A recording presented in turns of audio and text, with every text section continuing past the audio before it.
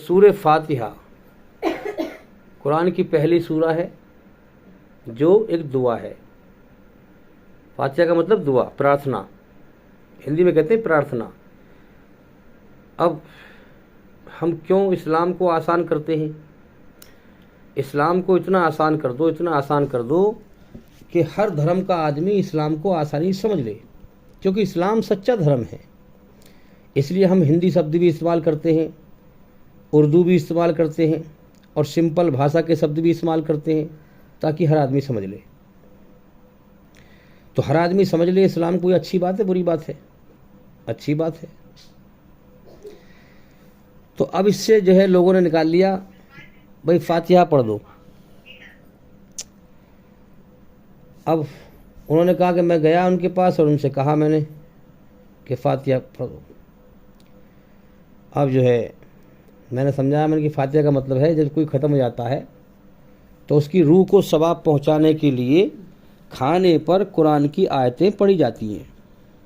سورہ فاتحہ ہے، قل ہو اللہ شریف ہے، درود شریف ہے، یہ پڑھی جاتی ہیں کھانے پہ۔ اور پھر یہ عقیدہ بنایا جاتا ہے کہ ہم نے اپنے فلاں مردے کو یہ جو ہے ثواب پہنچے گا، ہم نے پڑھ کے بخش دیا۔ چلو ابھی ٹھیک ہے، اچھی بات ہے۔ اب دین ہمارا کمپلیٹ ہو چکا ہے۔ کمپلیٹ کا مطلب کیا ہے؟ اب قیامت تک کوئی نبی نہیں آئے گا، ہمارے نبی خاتم النبیین ہیں، ان کے بعد کوئی نبی نہیں آئے گا۔ اور اس کتاب جو قرآن ہے جو ان پر نازل ہوئی ہے، اس کتاب کے بعد اب دنیا میں قیامت تک، جب تک دنیا رہے گی، مہاپرلے تک کوئی کتاب نہ آئے گی۔ تو اب کیا ہے کہ اس میں جو ہے اللہ تعالیٰ نے دین کو کمپلیٹ کر دیا ہے۔ کمپلیٹ کا مطلب مکمل کر دیا ہے۔ جیسے مان لیا ہمیں ایک شبد دے دیا، ایک کا دے دیا یا دو کا دے دیا، تو دو کے میں نہ ہم ایک لگا سکیں اور نہ ہم تین لگا سکیں۔ اگر ہم نے اپنی منمانی کی، یعنی دین میں کچھ گھٹایا یا بڑھایا، تو پھر وہ ہمارا دین نہ رہے گا، پھر اللہ کی مرضی نہ رہے گی۔ وہ اللہ تعالیٰ نے، سنسار کے سچے مالک ایشور نے ہماری رچنا جو بنائی ہے، اس رچنا کے آدھار پر پوری طرح برائی سے بچنے کا اور پوری طرح اچھائی پر چلنے کا طریقہ قرآن مجید میں اور محمد صلی اللہ علیہ وسلم کی جیونی میں بتا دیا ہے۔ اور یہ حکم دے دیا ہے کہ اس میں نہ تم کوئی چیز گھٹا سکو نہ بڑھا سکو۔ اگر گھٹاؤ گے بڑھاؤ گے تم گمراہ ہو جاؤ گے۔ اللہ کی مرضی کو پہچانو اور اس پہ چلو تاکہ تم اللہ کی سیدھی راہ پا سکو۔ اب اس میں کیا ہے، کوئی کہنے لگا بھی میں 5 ٹائم کی نماز اللہ نے فرض کری ہے، 5 ٹائم کی نماز اس امت پر اللہ نے فرض کری ہے۔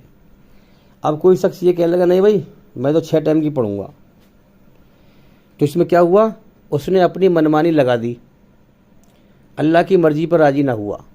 اللہ نے 5 ٹائم کی کیا، وہ کہہ رہا میں 6 ٹائم کی کروں گا، تو اس میں دیکھنے میں تو ایسا لگ رہا ہے کہ وہ بڑھیا کام کر رہا ہے، کتنی اچھی بات ہے بھائی، 5 ٹائم کی فرض کی اللہ نے، یہ کہہ رہا 6 ٹائم کی پڑھوں گا، تو یہ تو بہت بڑا آدمی ہے۔ دور سے دیکھنے میں تو لگ رہا ہے کہ صحیح ہے، لیکن وہ ہے دین کے خلاف، اللہ کی مرضی کے خلاف ہے۔ اسی پرکار سے دین کے اندر بہت ساری ملاوٹیں لوگوں نے کر رکھی ہیں، جسے قرآن مجید میں کہا گیا ہے بدعت۔ بدعت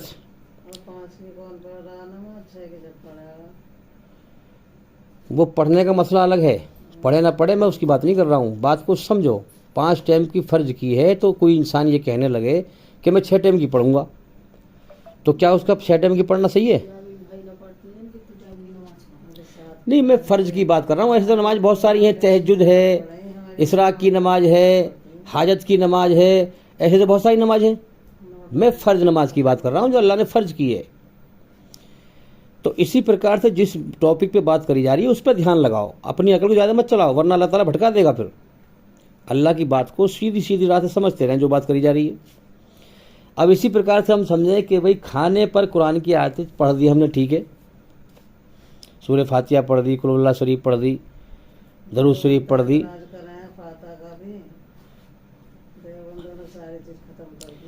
اب اعتراض اور اعتراض کی بات تو بات کی ہے، پہلے میں جو کہنا چاہ رہا ہوں اس بات کو سمجھو، سچ کو پہلے سمجھنے کی کوشش تو کرو۔ یہ تو الحمدللہ اچھی بات ہے، موت پہ معلوم پڑ جائے گی جب اللہ تعالیٰ موت بھیجے گا کون سچ پہ تھا کون جھوٹ پہ تھا۔ یہ تو اللہ ہی دکھائے گا موت پہ. تو اب ہم نے کھانے پہ قرآن کی آیتیں پڑھ دی، ٹھیک ہے. اب کھانے پہ پڑھنے کے بعد میں اس کھانے پر کس کا حق ہے؟ کسی بھی مولوی سے معلوم کرنا، وہ کہے گا بچوں کا حق ہے، جو یتیم بچے ہیں، مسکین بچے ہیں.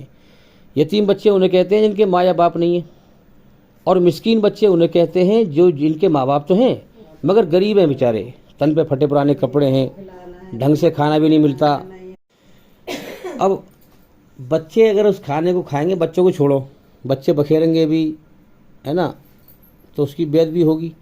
بچوں کو چھوڑو، میں بچوں کی بات ہی نہیں کر رہا، حق تو بچوں کا ہے. ویسے اگر بڑا بھی اس کھانے کو کھائے گا تو 100% چاول کا دانہ یا روٹی کا تنکا حقیقت میں زمین پہ ضرور گرے گا، جو تمہاری آنکھ دیکھ بھی نہیں پائے گی. اور جب زمین پہ گرے گا تو اس پہ پیر پڑے گا. کتنا بھی تمیز سے کھا لو آپ، پھر بھی گرے گا نیچے، تمہاری آنکھ بھی نہیں دیکھ پائے گی اس چیز کو. جب وہ نیچے گرے گا، قرآن کی آیت پڑھی جا چکی ہے اس کے اوپر، اس پہ تمہارا پیر پڑے گا. تو اگر حقیقت میں مسلمان ہے، اگر جھوٹ موٹ کا ہے تو وہ کچھ بھی بکواس کر لے، اگر حقیقت کا مسلمان ہے کبھی گوارا نہیں کرے گا قرآن کی بے ادبی کروں میں. پڑھا ہوا کوئی دانا نیچے نہیں گرنا چاہیے. حقیقت میں اگر مسلمان ہے تو وہ کبھی گوارا نہیں کرے گا کہ میرا جو پیر ہے وہ قرآن کی آیتوں پڑھے یا کسی کا بھی پیر پڑھے. تو یہ قرآن کی کتنی بڑی بے ادبی ہے، اپنے تیس میں آ کر کے اپنی رسم کو آگے رکھنا اور حق بات کو نہ سمجھنا اور اللہ کے دین کو پامال کر دینا. اس سے اللہ کی ہدایت نہیں ملتی. اللہ کی ہدایت اس کو ملتی جو اللہ سے ڈر کر سچ بات کو سمجھے کہ سچ کیا اور جھوٹ کیا ہے. اگر غلط راستے پہ چل رہا ہو تو جب سچ سامنے آ جائے تو سچ کو مان لے اور غلط راستے کو چھوڑ دے. تو اس سے ہم سمجھیں کہ اس سے جو ہے قرآن کی بے ادبی ہوتی ہے. اور بھی بہت ساری بات ہیں. اچھا، اب دوسری بات یہ ہے کہ قرآن اور حدیث میں دیکھو، جو اللہ نے قرآن میں فرمایا وہی ہمارے نبی نے پورا کر کے دکھایا، اور وہی صحابہ کرام نے کیا جو ہمارے نبی کے ماننے والے تھے. نہ تو قرآن میں ذکر ہے اور نہ ہمارے نبی نے کبھی کرا اور نہ کبھی صحابہ کرام نے کرا. کبھی بھی قرآن کی آیتوں پر کھانے پر قرآن کی آیتیں نہیں پڑھی، کبھی بھی کوئی ریکارڈ نہیں ہے اس چیز کا. یہ جو ان پڑھ لوگ ہیں وہ اپنی رسم بنائے ہوئے ہیں بس خالی، باقی پڑھ کر دلیل سے فاتحہ تو شروع